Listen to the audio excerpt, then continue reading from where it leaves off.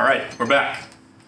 Today, I'm gonna try to finish buttoning up this car. I kind of got started a little bit earlier and I had to remind myself to break the camera out. So what I did off camera was get these inlet pipes on. These are what go to the actual intake setup down to the inlet of the turbos. In addition to that, I went through and fixed a couple plugs in the transmission, one of which broke the speed sensor. So I'm gonna have to pull that out and replace it eventually. Hopefully it doesn't stop me from starting the car. I don't see why it would. If anything, maybe I won't know how fast I'm going. So what's left, today we're gonna work on getting the AC compressor, the alternator put back in, and then we're going to get the front of the car put back on. And then a future episode could show filling up the coolant, oil, power steering fluid, priming the clutch, all that, and hopefully starting this thing. It's been a long time coming. It's been down for just about a year now. So I put it off for long enough.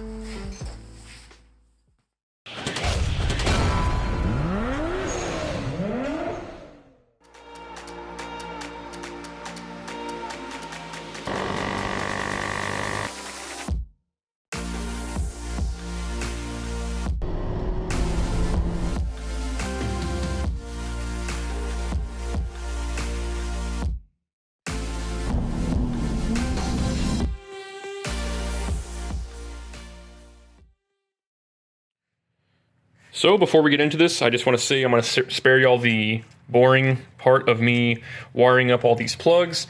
Everything on this is pretty straightforward. One of the resources that I use to figure out and remember which plugs go where is on AudiZine. There are a couple of forum threads that show each plug numbered 1 through 42, I think, and tell you exactly where everything goes. So for now, what we're going to do, I'm gonna speed through wiring this thing up real quick, and then we will get the AC and the alternator bolted up.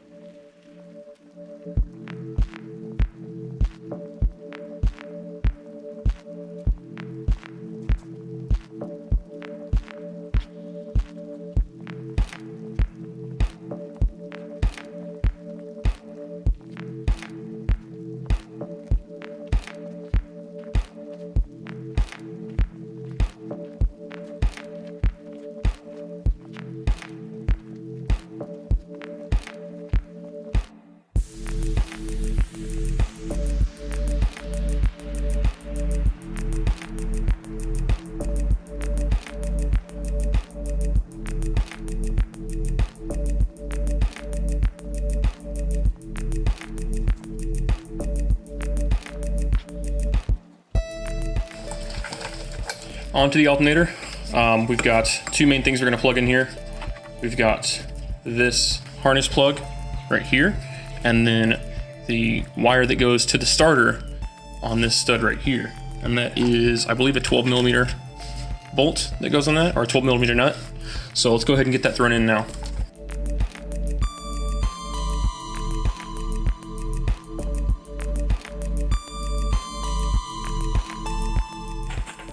So if no one told you, these cars are not super spacious to work on. I just about destroyed my hands, scratched them up pretty good trying to get that cable to the starter put back on the back of the alternator. But now that that's done, I got the alternator hooked up.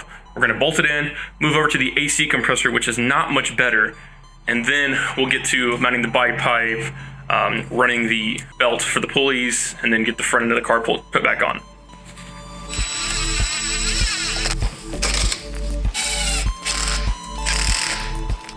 So we've got the alternator in place, and now we're going to work on getting the compressor shoved in here. Basically the whole unit swings over, keep all the lines attached so I don't lose refrigerant. But this AC doesn't work that great anyways. I suspect that my condenser is totally ruined. So we'll address that in a future episode. But for now, let's just go ahead and get this thing thrown back in so we can get the belt put on and then the bipipe. First thing we're gonna have to do is disconnect these lines because you just can't get it shoved in there past that. You have to pull these off. So hopefully by this point you would have drained your coolant so you don't make a huge mess. But yeah, we'll go ahead and get this taken off now.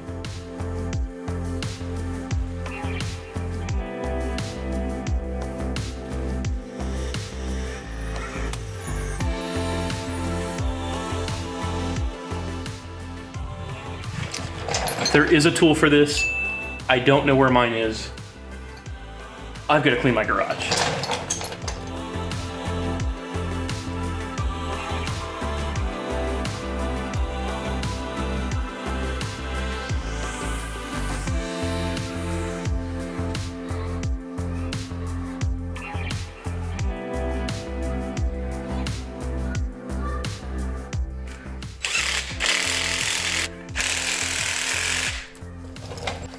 Now on the back side of this, there is one of these 6mm or 5mm hex bolts. This is kind of tricky to get. It helps if you have a light down there, but it goes back behind the compressor. And you kind of need a long extension and a straight shot to get to it. So I'm gonna do my best to try to get here on the first shot.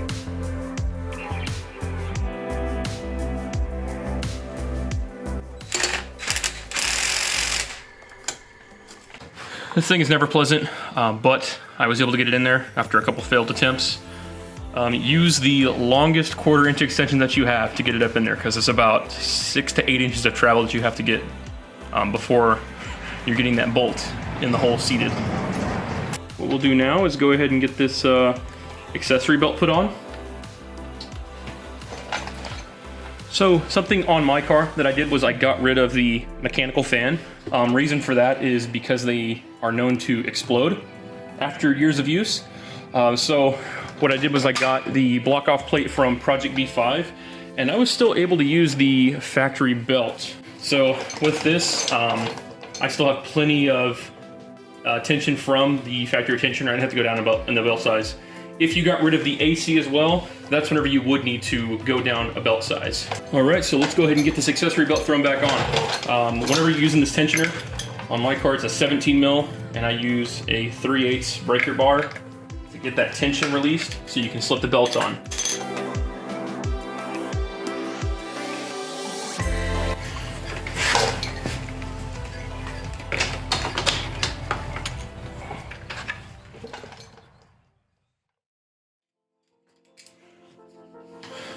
Recommendation I have is to tighten these down with a ratchet. Don't use an impact, because the throttle body is aluminum and it's a very soft metal, and it can break very easily. It can strip the threads. I've actually done it before and I had to re-tap the threads on this. So just a fair warning, don't use an impact on this. Please use a ratchet. Also, don't be stupid like me and move your spacers to the back of the throttle pipe before you try to bolt it down.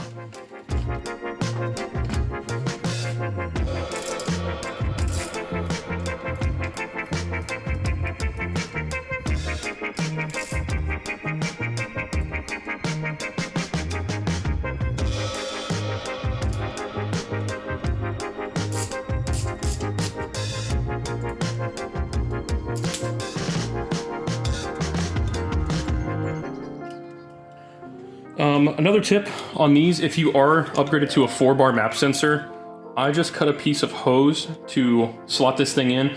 I know some people sell an adapter that's an actual metal spacer, and that kind of works, but I've found that just getting a piece of hose, I believe this is 3/8 hose, it works even better because it actually compresses when it fits in there.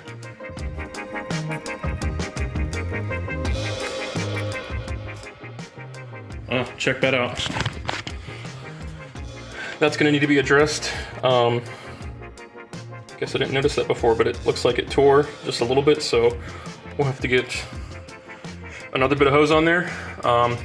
Problem with these aftermarket diverter valves, as nice as they are, honestly, you don't really even have to use these. You can use the part number 710N, also an Audi OEM diverter valve, but that's the typical upgrade that works pretty well.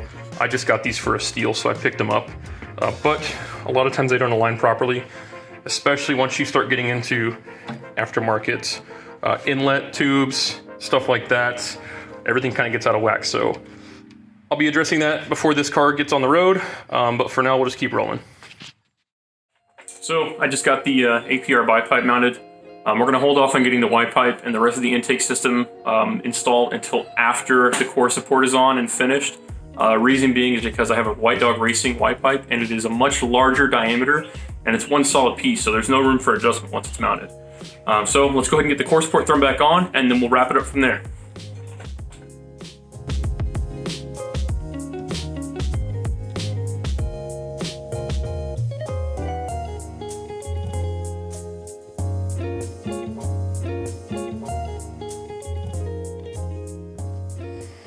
All right, so running out of light here, but you can kind of see what we got done. We got the front end partially bolted on. We got the condenser and the fan mounted. We've got to get all the wires plugged in. There's like a huge harness part that comes over here and all that stuff plugs in. And then we can start topping this thing up with fluid. So it's starting to look like a car again. It's almost whole. And I'm pretty excited to see this thing back on the road, guys. Okay, we are almost finished with this car, almost done wrapping up this engine install.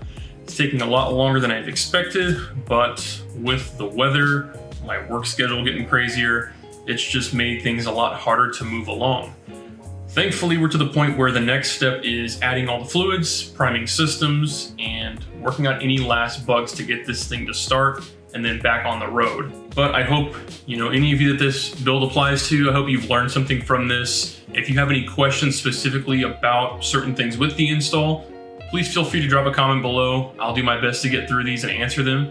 As always, thank you for subscribing. Thank you for checking out these videos and liking them or disliking them, telling us what you don't like.